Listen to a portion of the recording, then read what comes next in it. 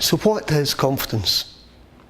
Confidence comes from within, and there are very few people who are truly confident 100% of the time. Now, a lot of the time it's an act. Now, one of the world's best known comedians, Billy Connolly, somebody who's performed in front of thousands and thousands of people, been on television, he gets stage fright every time he goes on. Now, to watch Billy Connolly, you would think he was the most confident man on earth because he can walk on to an empty stage with a full audience and entertain them. In fact, very recently when he picked up a Lifetime Achievement Award, he stood up before everybody very quietly and said this was the best laxative he'd ever known. Now, for a man of these years and that experience to stand up and open himself up like that is huge. And in a lot of documentaries and books and things that you'll see of Billy Connolly, he often talks about his stage fright. So what makes him, he doesn't need the money, what makes him do it? Why does he do it? Well, there's one driving thing inside him all the time that makes him want to do it, and it's success. He wants to succeed. He wants to get that feeling of euphoria, of taking that audience that he's never entertained before and have them, they're sitting there quietly eating their crisps, he comes on stage and wow, they all stop, listen, and by the end of it he's got roars and roars of laughter. That's his reward. So that's the same, for cake businesses or any business owner.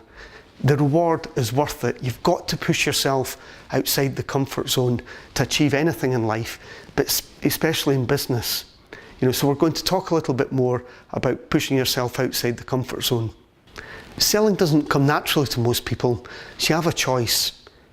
You can stay within the comfort zone and let it beat you, or you can jump outside the comfort zone and conquer it. I certainly know where I would like to be and where you'd need to be if you're running a business. So in this diagram you can see that 90% of the population sit within their comfort zone. A mediocre life, surviving, getting by, it's all very average. But some people are comfortable doing that, and if that's you, just accept that that's where you're happy being. Unfortunately, it's not the place to be to run a growing and successful business. You need to be prepared to jump outside the comfort zone. That will give you your dreams, your excitement, positive lifestyle, financial freedom, confidence, fearlessness, wealth. I could go on here, but I know where I would like to be, but you have to have the guts and determination to jump outside the comfort zone to experience these things. To push yourself outside the comfort zone, you need to face up to and challenge some of those belief systems that have held you back up until now. If you're watching this lesson, then it's because you feel that you've perhaps got a confidence issue when selling cakes. Now, this is a belief system that you've built up over time. So where's that belief come from?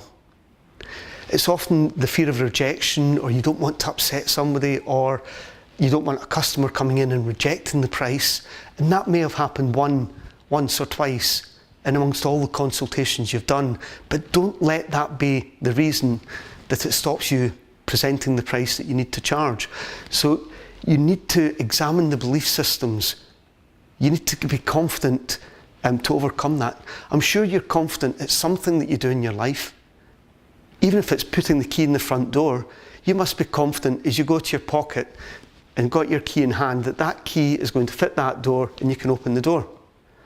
So there you go, there's a little bit of confidence. I'm sure you've all done far better and greater things than that, but everybody is confident at some point, and what you need to do is build yourself up and take that confidence, that feeling, that sensation, and push it into your business life. Now, if the word confident doesn't appeal to you for any reason, then choose a word that does. Make it a word that you're comfortable with, that maybe has the same, what is important is a state of mind. Now, Eleanor Roosevelt famously said that nobody can make you feel inferior without your consent. Just think about that for a moment. It's very powerful. It's not the person that's there that's giving you that feeling of that lack of confidence. You're giving them the consent. Your behaviour to that person or that situation gives consent for your feeling of an inferior status. But the good news is you can control that. So when a super confident person walks into a room, a busy room full of lots of people, and they're strutting right towards you, you're sat there and you can see they've got you in their eye, they're coming towards you, and people start parting away at the sides, and you're the person that's being chosen that they're coming to speak to. How do you feel? Well, going back to Eleanor Roosevelt's quote, only you can make yourself feel inferior. If you build yourself up, and it's all about this belief system, having these inner emotions to build yourself up and conquer that. Now, a lot of people say that they can feel their pulse, they can feel their heart going, whatever that might be. Well, there are lots of things online that can help you deal with that type of stressful situation. But the best thing to do is to take on the persona of somebody that you really respect and admire, who you feel is super confident.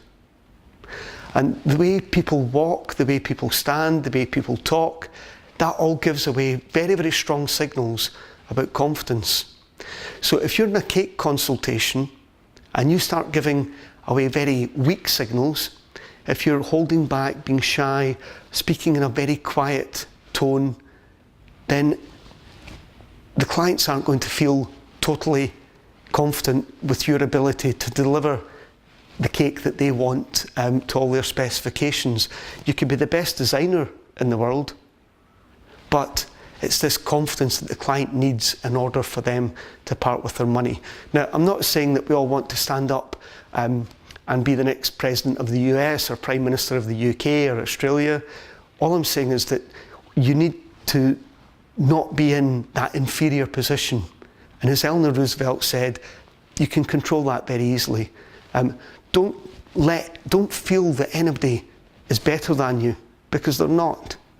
And don't feel that this is the only order. If you lose this order, your whole world's going to fall apart. So you need to be at their beck and call, because your world's not going to fall apart. There's always going to be a tomorrow.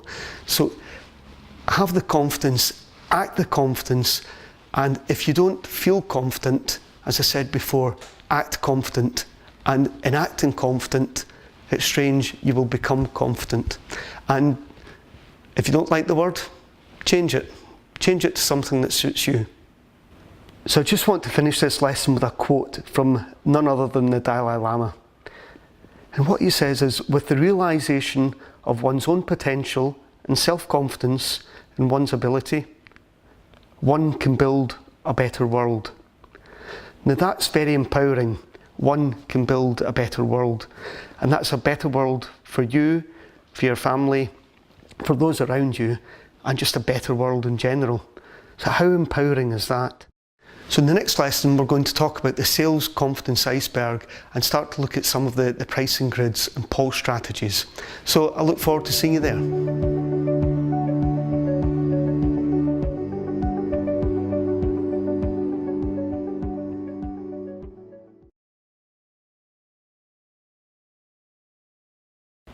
Welcome back. Now we're going to start looking at the sales confidence iceberg. You'll see from the diagram here that the key component is knowledge. Knowledge of your products, so that's your cakes. Knowledge of your business processes, so that's your terms, conditions, deliveries, etc. Knowledge of competitors, and most importantly, why you are better than them, or your USPs, your unique selling points. Knowledge of the customer in front of you. Get as much pre-appointment information as you possibly can, and if you can find out the venue, if the cake's been delivered, even better, and get to know that venue. Then there's experience. This is the one that comes with time and the one that people often use as their excuse. But make sure you have the knowledge components covered and the belief in yourself. Then you have everything you need to have confidence in selling your cakes. Now, experience. Nobody was born with experience.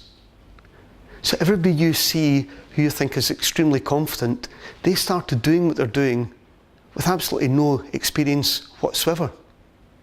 So just think about that. Nobody was born with experience. So how are you going to get that experience? The best way you can get the experience is through time. How are you going to get that time? It's through getting more and more customers. How are you going to get these customers? It's about being confident in delivering good quality cakes on time, and the customers having confidence in you to keep coming back. So it's this circle, but just remember that key fact that nobody was born with experience and nobody started with experience. That's something that you can only get better with as time goes by. Now, Paul is not a confident person, but you'll see him up on stage at Cake International and he runs his courses, etc., and you see him on the tutorials, but he's not a confident person, and he's a bigger hurdle to jump than most, because he's quite open about his dyslexia. Now, when he was at school, he was often ridiculed, he was called stupid, thick, he was in the lower classes, not because he didn't want to learn, but because at that time dyslexia wasn't really seen as an issue that needed to be addressed. So from a young age, he was always beaten down, told he wasn't good enough, he was thick, stupid, all these very negative connotations. And can you imagine that as a kid? It must be really terrible. So still now, he feels challenged in a lot of situations because he doesn't feel academically good enough to speak to people. So what makes that guy with a lack of confidence get up on stage, stand in front of a camera, but most importantly, he's delivered thousands of wedding consultations and all have been very successful. So how does he do that?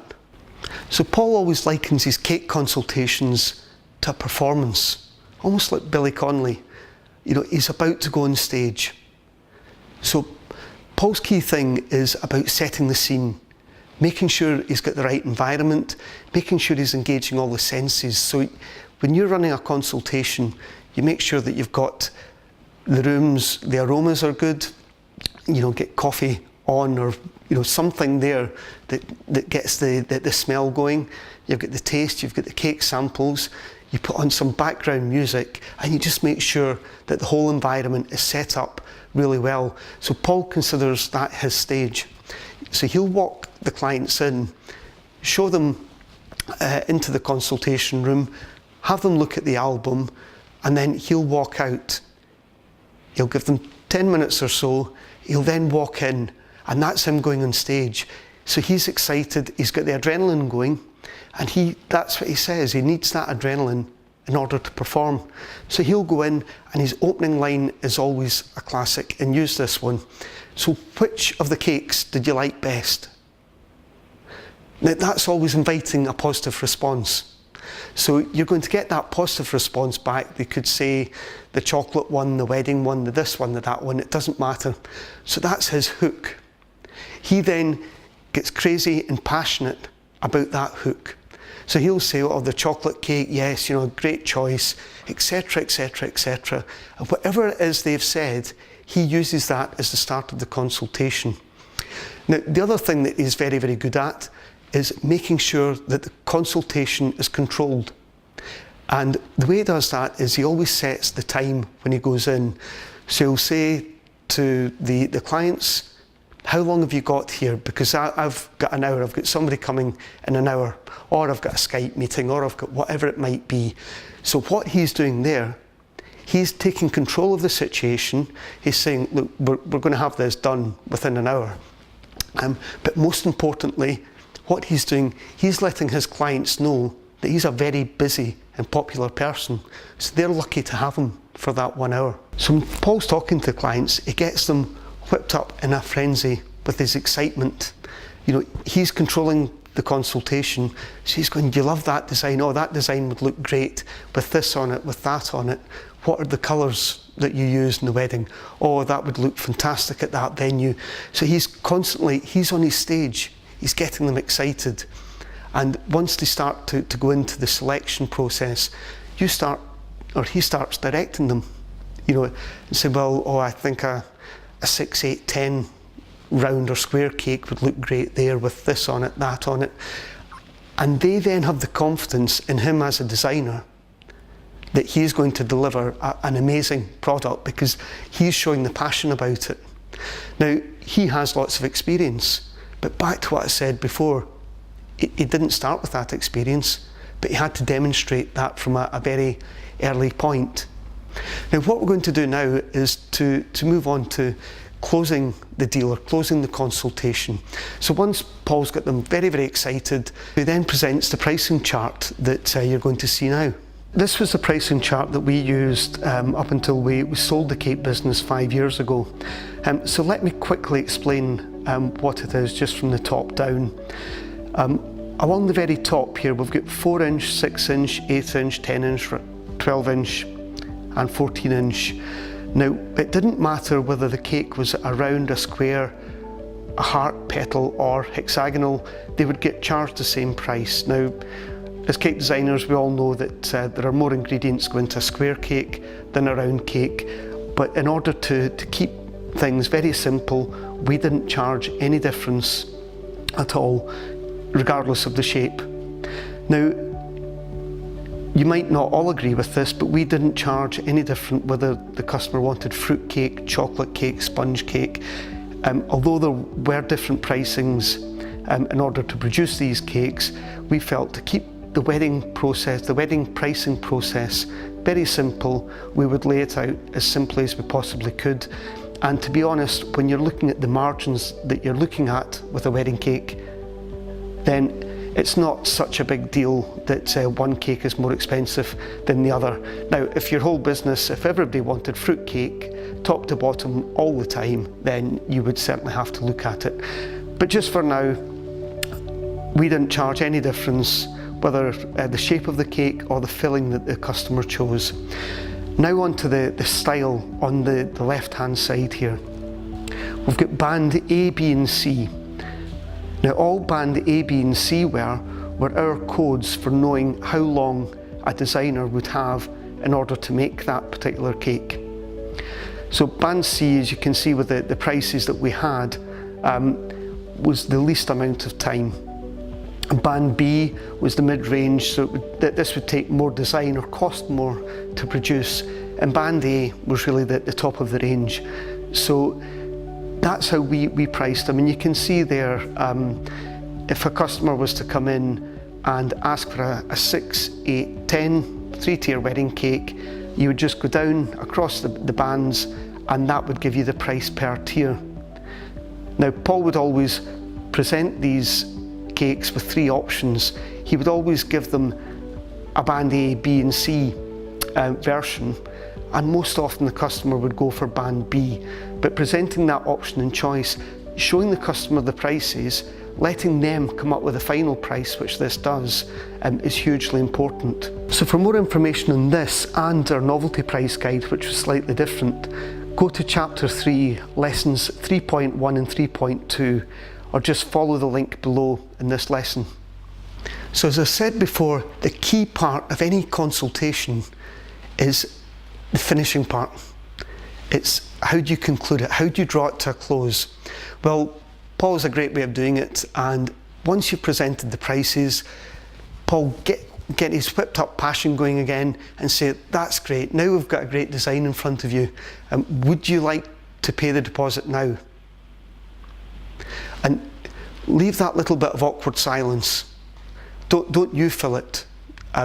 Let them have a chat if there are 2 of them, and just give them the option to fill that silence. Now, very often, if you've done your job properly and you've presented the consultation with confidence, you've presented the prices with confidence, it's not just figures out there, it's a thought out matrix that you've presented, so there's no room for negotiation. They will hopefully then part with a deposit at that point, because remember, what you've already planted the seed is that you're a very busy person, so they need to get their money in soon. So Paul usually finished with, it's an X pounds or dollars deposit now, and then you'd say that the balance isn't payable 3 weeks before. So what you're then doing is driving a little bit of time pressure and trying to get them to say yes at that point. Now, unfortunately, if they don't say yes at that point, there's a very strong chance that they're not going to take you up on the offer of a cake. But what to do is don't get too despondent. Always put a note in your diary. If they ask to go away and think about it, obviously you can't squeeze the money out of them, so you need to allow them that bit of time. But put a note in the diary to give them a phone call, not an email, a phone call a week later, and just ask for some feedback. And that way you're going to learn, and don't take the feedback to heart and let it knock your confidence again. Everybody's going to give you feedback, and hopefully you can learn from it. If they thought the cake was too dry, if they thought it was too expensive, if they thought it was X, Y, and Z, you can use that to start to build up a picture. If everybody's telling you the same thing, then you might need to change tact. If they're all telling you that you're charging too much, you're looking at the wrong target audience in the first place. Just to finish off, I love Don King's quote. Confidence comes not from knowing you know everything, but from knowing that you can handle what comes up. Just think about that for a moment.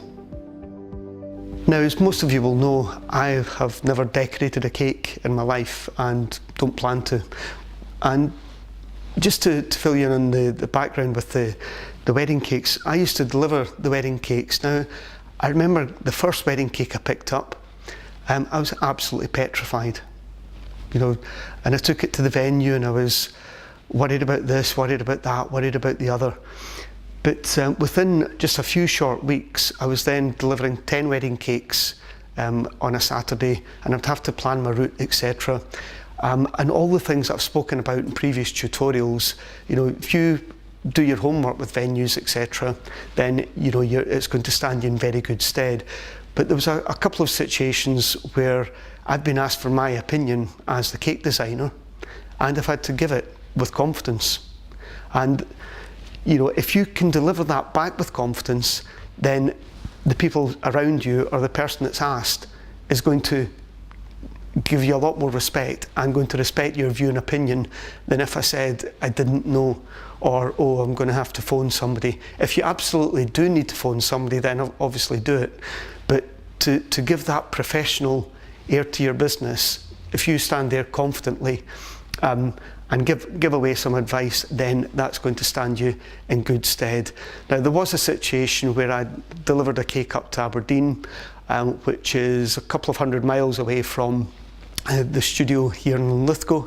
And when I got there, there was a couple of pieces had fallen off the side of the cake. And Paul used to give me a toolbox away with me, and always a cake toolbox, I hasten to add, and always said, what are you giving me that for? But it's amazing, when it got to the venue, set the cake up, realised there was two white chocolate curls missing off the side of the cake, and I'd gone back to this toolbox and there was some royal icing, a palette knife and things like that, and I just said to the venue, look, it's no big deal, I'll get this sorted, and went back to the car and picked up these pieces and I put it on like a true professional.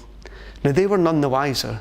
Now, if I'd melted at that first moment, at the moment they told me that there was a problem with the cake, the whole day could have been a complete disaster, because Paul, or a designer, certainly couldn't have got there in time. I'm not saying you're going to get out of jail every time like that, but it's the actual practical issue is not important. It's the confident way in which I had to deal with that situation, which gave the venue the confidence of knowing that that cake would be fixed, so it was no longer their problem. So Don King's quote is hugely important. It's not always about knowing everything, it's about how you portray yourself and being confident. So just to summarise, you have control over how you feel. Don't let others take that control from you. If you can't be confident, just act confident. Study to get the knowledge you need. Keep control of the consultation at all times. Charge with confidence and customers will pay. Be shy and retiring, then they will subconsciously lose confidence in you, and that will make it harder to get the booking. Always finish any consultation with a summing up of what's been discussed and what the next action points are to be, and make sure you put those in your diary. How do you feel now? Do you feel confident, or whatever word you've chosen to replace the word confident with? I hope so, but if you need more learning, there's a lot online. There's guys like Tony Robbins and Paul McKenna. It depends on which style you prefer. But if you go onto YouTube or online, there are a lot of people out there who've got huge sales and confidence videos and tutorials that you can watch. But hopefully this has been quite cake specific, but there's far more learning out there.